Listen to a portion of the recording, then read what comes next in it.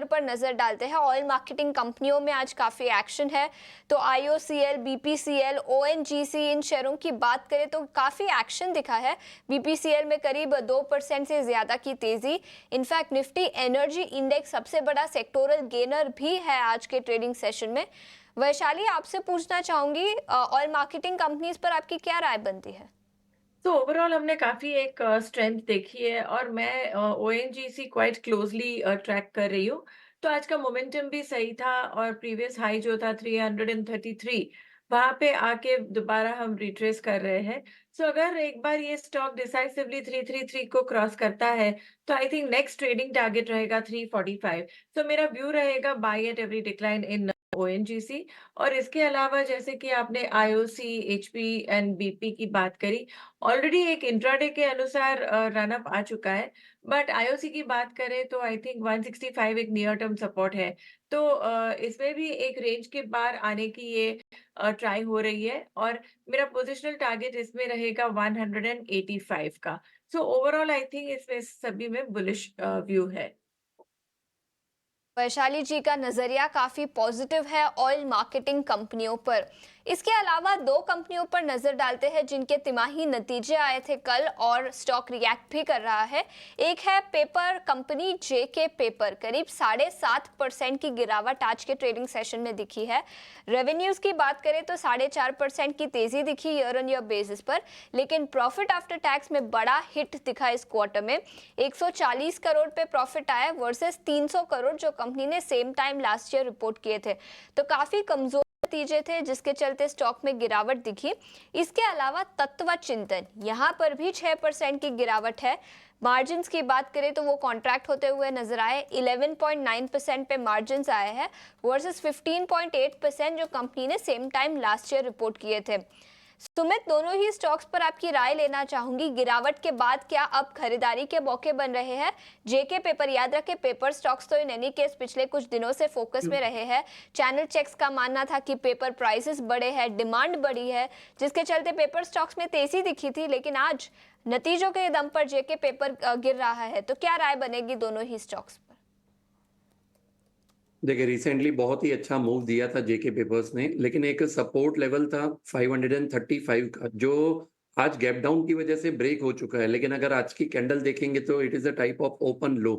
तो यहाँ पे एक ट्रेलिंग स्टॉप लॉस का सलाह रहेगा। मैं अभी भी फ्रेश एंट्री किसी को सलाह नहीं दूंगा, लेकिन ट्रेलिंग एसएल के साथ आज का जो लो है 498, तो यहाँ पे आप उसी स्टॉप लॉस के साथ बने रहिए। अगर यहाँ पे ये स्टॉप लॉस ब्रेक हो रहा है तो फिर स्टॉक 480 जो नियर बाय आपका 200 मूविंग एवरेज है, वहां तक स्टॉक जा सकता है। तो बेटर रहेगा कि 498 के साथ आप बने रहिए। डीसीबी बैंक, करीब 4.5% की गिरावट यहाँ है। और केपीआईटी टेक के तो नतीजे कल आए थे, ब्रोकरेज रिपोर्ट्स आज आई है। इस स्टॉक में भी करीब 4% से ज्यादा की गिरावट है। सुमित, डीसीबी बैंक और केपीआईटी टेक गिरावट के बाद क्या अब खरीदारी के मौके बन रहे हैं?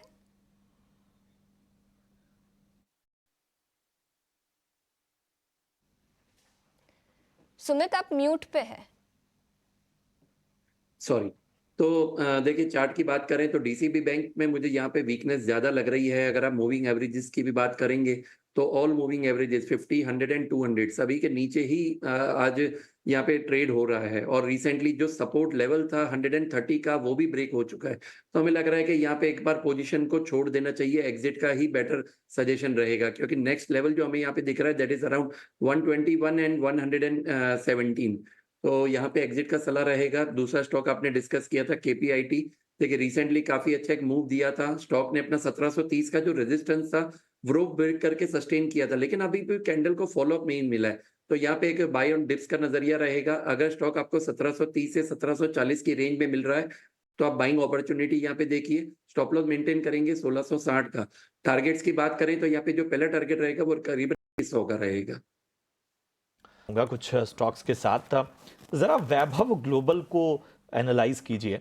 आज हम देख रहे हैं कि इस वक्त 5.25% की तेज़ी यहाँ पर नज़र आ रही है। एक वक्त से फंसा हुआ था ये स्टॉक, लेकिन आज के संकेत और पिछले कुछ वक्त से जो कहते हैं कि एक लेवल को तोड़ने की कोशिश है। क्या यहाँ कोई मौका बन सकता है? और इसके अलावा टेक्सटाइल स्पेस से वर्धमान टेक्सटाइल पे भी राय दीजिए। यहाँ पर हम देख रहे हैं कि हालांकि पूरे टेक्सटाइल स्पेस में आज तेजी का माहौल है, लेकिन वर्धमान टेक्सटाइल पर राय दीजिए। यहाँ 3% की तेजी हम देख पा रहे हैं। तो शुरुआत करते हैं वैभव ग्लोबल। ये stock the recent high of 530 वहां से गिरा है और 300 लेवल्स पे एक अच्छा सा सपोर्ट बना के एक बाउंस देने की कोशिश कर रहा है।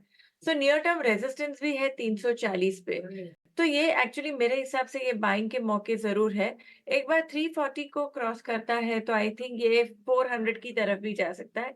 So on a bounce back और फेवरेबल रिस्क रिवॉर्ड के अनुसार मुझे ये पॉजिटिव लग रहा है। दूसरा आपने मुझे पूछा वर्धमान टेक्सटाइल्स। सो वर्धमान टेक्सटाइल आप देखेंगे तो ऑलरेडी एक अपवर्ड ट्रेंड है। टेक्सटाइल स्टॉक्स में एक पिकअप ज़रूर आया है, तो इसमें मेरा व्यू पॉजिटिव रहेगा। और आई थिंक ये वीकली चार्ट भी हम देखें तो near term resistance is at 570 का फिलहाल एक लेवल टू वॉच। ठीक है, तो दोनों ही स्टॉक पर जो है वो वैशाली जी का पॉजिटिव नजरिया इस वक्त सामने आता हुआ। इन सब के बीच में सुमित, मैं आपके पास आना चाहूंगा और आज हम देखें तो ज्योति लैब्स में भी लगभग 7.25% की तेजी हम देख पा रहे हैं। अच्छे वॉल्यूम के साथ इस वक्त ट्रेड करता हुआ अपने 52 वीक का हाई के भी करीब जाता हुआ। वहीं बात करें अगर टाटा मोटर्स डीवीआर की, कल भी हमने इस पे चर्चा की थी, लेकिन आज की तेजी तो देखते ही बन रही है। 6% से ज्यादा की तेजी अच्छे वॉल्यूम से यहाँ पे भी ट्रेड हो रहा है। बताइए क्या रणनीति होगी ज्योति लैब्स और टाटा मोटर्स डीवीआर पे? सबसे पहले मैं एक डिस्क्लेमर के साथ स्टार्ट करूंगा। टाटा मोटर्स डीवीआर जो है वो मेरे एक लॉन्ग टर्म पोर्टफोलियो का स्टॉक है। तो जहाँ पे लेवल्स की बात करें तो स्टॉक ने देखिए यहाँ पे एक फ्रेश ब्रेकआउट दिया हुआ है। Though almost in last 3 times it has tried to cross the 700 levels, लेकिन यहाँ पे क्रॉस नहीं कर पा रहे थे। लेकिन आज का जो सेशन है वो काफी अच्छा यहाँ पे वॉल्यूम के साथ ट्रेड हो रहा है। तो बिल्कुल अगर किसी को यहाँ पे फ्रेश पोजीशन बनानी है तो आप बना सकते हैं। हमें लग रहा है कि जो पहला टारगेट है वो करीबन यहाँ से 800 का आ सकता है। तो आज का ही लो आपका स्टॉप लॉस रहेगा 700 का। और दूसरा स्टॉक आपने बात किया ज्योति लैब्स का, देखिए यहाँ पे एक यू बॉटम रिकवरी आई हुई है स्टॉक में। स्टॉक का जो रिसेंटली एक रेजिस्टेंस था वो था 470, और देखिए ये एक रीटेस्ट कैंडिडेट है। तो कभी भी जब स्टॉक रीटेस्ट होता है उसके बाद एक यहाँ से न्यू मोमेंटम स्टार्ट हो रहा है। तो बिल्कुल जिनके पास ऑलरेडी होल्डिंग है आप बने रहिए फॉर द टारगेट ऑफ 670। बिल्कुल, तो ये राय थी ज्योति लैब्स पर और टाटा मोटर्स पर। टाटा मोटर्स निफ्टी का टॉप गेनर भी है। अच्छी ब्रोकरेज रिपोर्ट के चलते स्टॉक में एक्शन दिखा है। आपके पास आना चाहूंगा, दो सेगमेंट से एक एक स्टॉक का मैं चुन रहा हूं। ऑटो एंड स्लरीज में जरा राणे मद्रास पर फोकस कीजिए। कल भी हमने तेजी देखी थी, आज भी तेजी का मोमेंटम यहां पर नजर आ रहा है। वहीं कैपिटल गुड्स में सीजी पावर को हम देखें तो यहां पर भी तेजी नजर आ रही है। हालांकि खबरों का इंपैक्ट सीजी पावर पे ज्यादा है, जिसके बारे में हमने जानकारी भी दी थी। जरा इन दोनों स्टॉक पर बारी बारी से अपनी राय दीजिए। तो सीजी पावर एक्चुअली बहुत ही बेहतरीन ट्रेंड रह चुका है। फिलहाल अभी जो हम देखें कि एक कंसोलिडेशन हुआ था अराउंड 650 लेवल से और दोबारा एक मोमेंटम में आया है। आज भी हम देखेंगे तो वॉल्यूम इज आउटस्टैंडिंग और जिस तरह से ये चल रहा है आई थिंक ये रीटेस्ट कर सकता है towards the target of around 783 to 800 level. So view फिलहाल पॉजिटिव रहेगा। और दूसरा आपने मुझे राणे का पूछा, राणे मद्रास। सो राणे मद्रास काफी समय से कंसोलिडेशन हो रहा है और अब हम पिकअप देख रहे हैं। सो डिसाइसिव मूव एक फिलहाल आप नैरो टर्म के हिसाब से देखेंगे तो 930 940 की एक रेंज बन रही है। So that should act as a tough resistance. उसके ऊपर जाता है तो और भी हायर टारगेट्स दिख सकते हैं। बिल्कुल, तो ये राय थी राणे मद्रास पर और सीजी